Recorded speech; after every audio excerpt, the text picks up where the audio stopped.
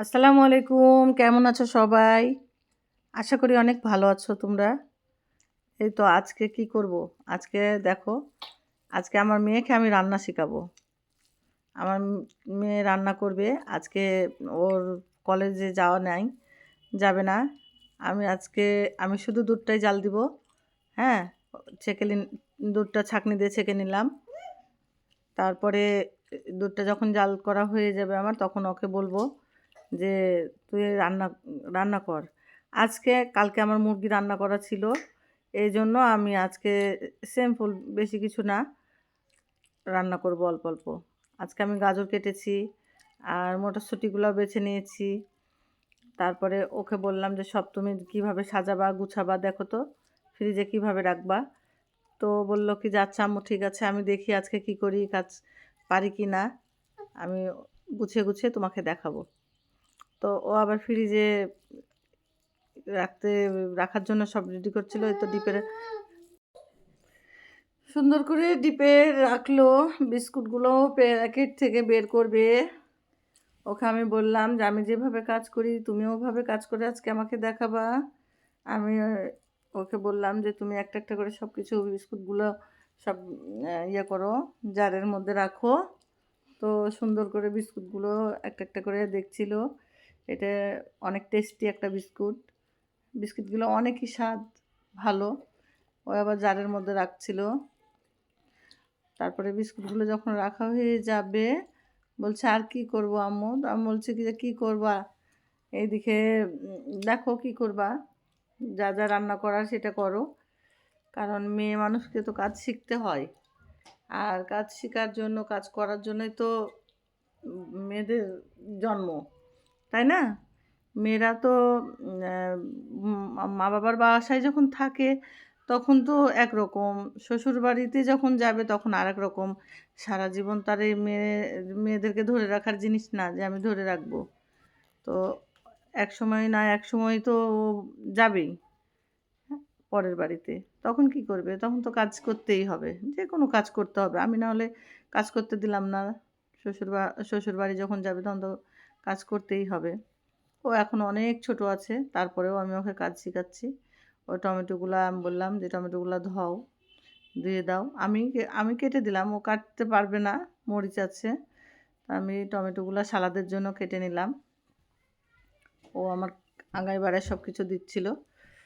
তো আমি এই ব্রোকলিটা আমি আবার বললাম যে কেটে দিলাম, তুমি সুন্দর করে ফ্রিজে রাখো। ও আবার ফ্রিজে কিভাবে রাখবে কিভাবে রাখবে, মানে বলছে কিভাবে রাখবো আম্মু, রাখার তো জায়গাই নাই।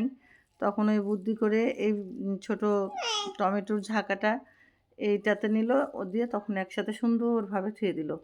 কাজ যখন একটা মেয়েকে শেখানো যায়, সেই শিখে বা না শেখালেও তখনও মেয়েরা কিন্তু শিখে নেয় এটা। আর মেয়েদেরকে শিখাতে হয়, না শিখালে কিন্তু আমার মেয়ের দিক দিয়েও সমস্যা, আমার দিক দিয়েও সমস্যা। কারণ কোনো কিছু হলো তখন মেয়ে মেয়ে মানুষ তো কাজ তো শিখতেই হবে। আমি বললাম যে একটু আলু ভর্তা দিয়ে ভাত বসাই দাও।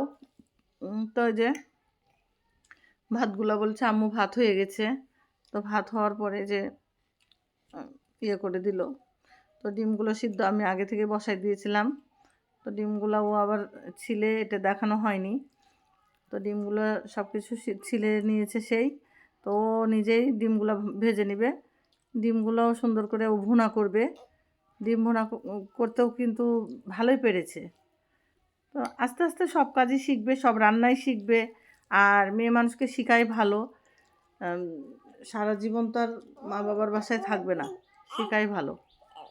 আর শিখতে হয়, কারণ এটা সব মেয়ের ক্ষেত্রেই এরকমই যে আম, কোনো কিছু শিখলাম না বা কিছু করলাম না তা না, সবাইকেই কিন্তু এটা নিজেকেই শিখে নিতে হয়।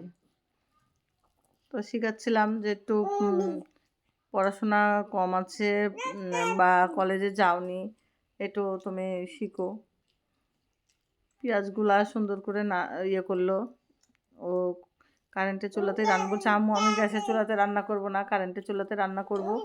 তো আমি বললাম তোমার ইচ্ছা। তো ও আবার কারেন্টের চুলাতেই রান্না করলো। আমাদের জায়ান বাবুটা আবার একটু কথা বলার চেষ্টা করছে, কথা বলার অনেক চেষ্টা করছে, শিখছে কথা।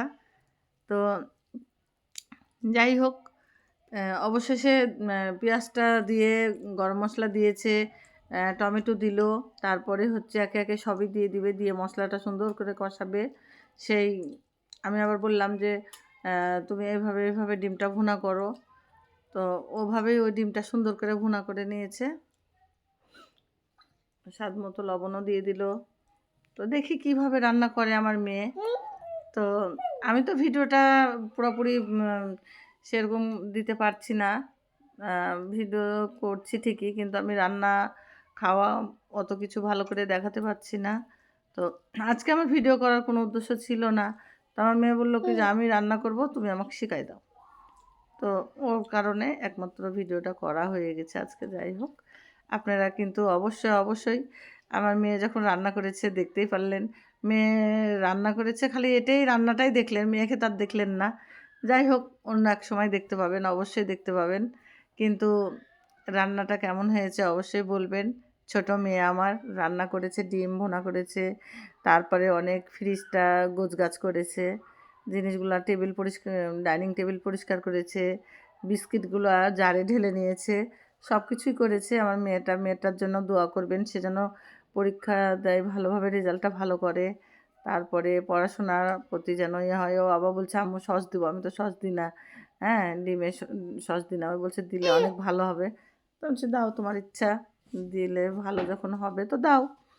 তো সস দিল, দেওয়ার পরে যে সুন্দর করে মশলাটা কষায় নিচ্ছে, একটু করে পানি দিচ্ছে আর কষাচ্ছে মশলাটা।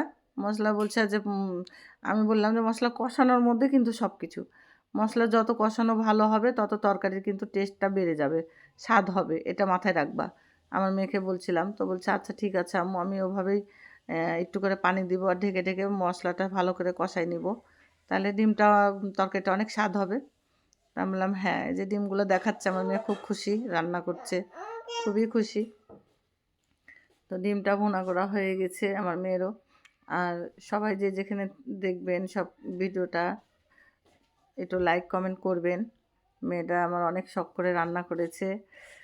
বলছে আম্মু তোমার দর্শক ভাই আপু ভাইয়ারা সবাই আমাকে কি ভালো বলবে, গুড গার্ল বলবে? তা আমি বলছি, অবশ্যই বলবে।